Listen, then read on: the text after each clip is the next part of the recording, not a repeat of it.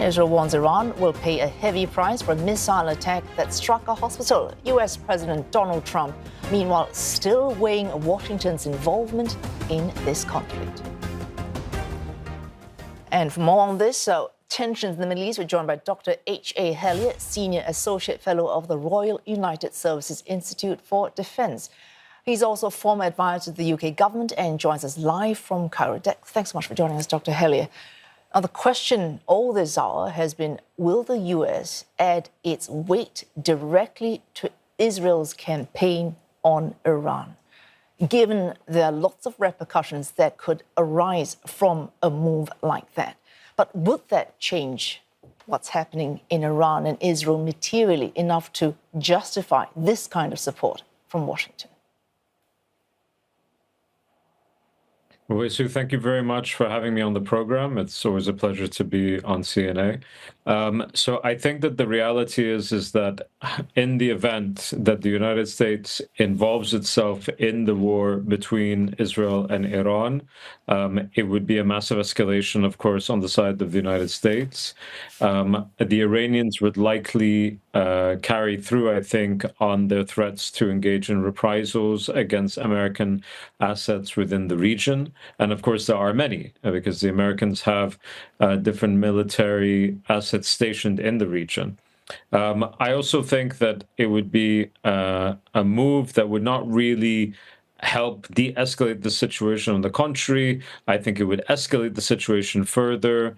The involvement of the United States would probably be expressed in the usage of these, quote unquote, bunkbuster bombs in order to take out the nuclear program facilities that are buried deep within a mountain within Iran that the Israelis cannot get Dr. at. Hellyer, but at this point, sorry for cutting in, but it's acknowledged even now that even if we have these bunker-busting bombs put to action and they achieve what they set out to achieve, we're looking at setting back a nuclear weapons program, assuming there is one, by about a year.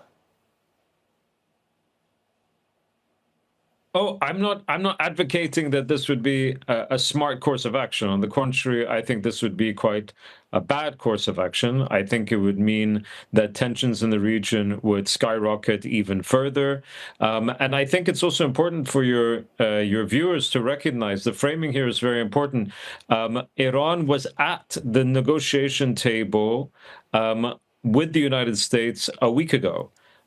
It wasn't that the Iranians were not willing to negotiate. The Iranians are a very disreputable regime. They've been the cause of a great deal of suffering within the region. But what you've seen over the past 20 months is the state of Israel carry out a horrific war on Gaza.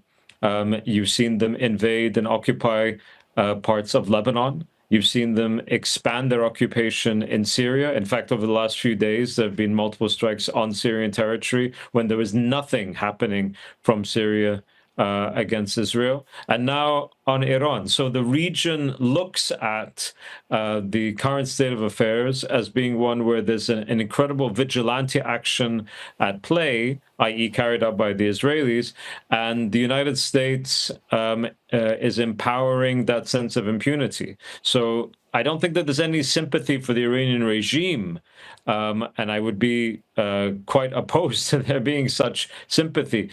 But we're talking about international law. We're talking about regional security. We're talking about having some sort of stability in the region. And all of this is incredibly reckless and destabilizing.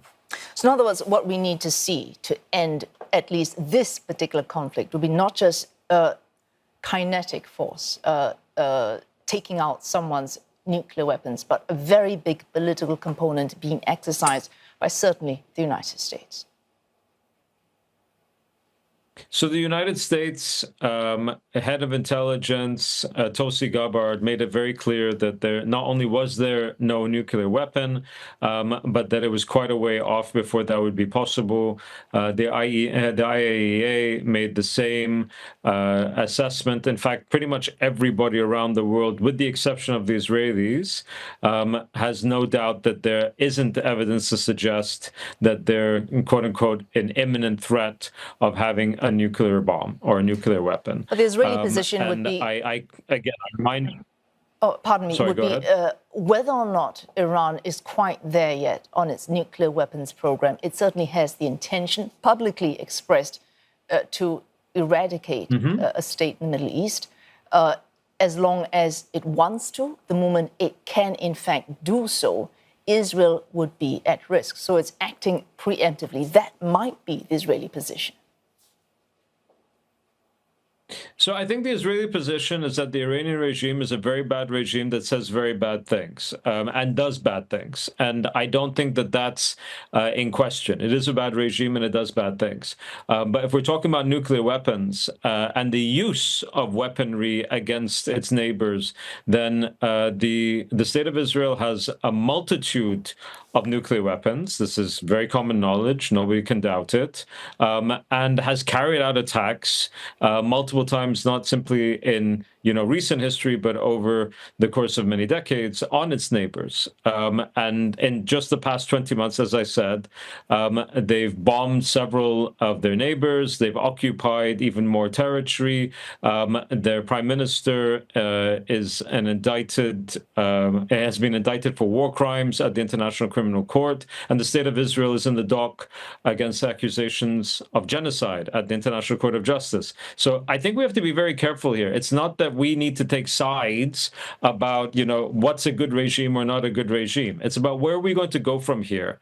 And if we're talking about rhetoric, of course, the rhetoric from Iran is very bad. And it's not just bad on the Israelis. This is bad about many countries. The Israelis have also engaged in really awful rhetoric and have actually carried it out, whether it's in Gaza, whether it's in Syria, and now talking about regime change in Iran, and the defense minister saying very clearly that one of the war aims of this particular war was to end the existence of the supreme leader. Okay, I'm not a fan of the supreme leader, but we're in 2025. International law should mean something, and if it doesn't, then we revert to the law of the jungle. And unfortunately, I think that's where we dangerously are, with the active support, unfortunately, of many powers in the West that really should know better than to allow this sort of state of affairs to continue and persist, because it will mean repercussions for all of us, not just for this particular conflict, if we all return to the law of the jungle. Oh, thanks for that. Dr. H A Hellyer, Senior Associate Fellow of the Royal United Services Institute for Defense. He joined us from Cairo.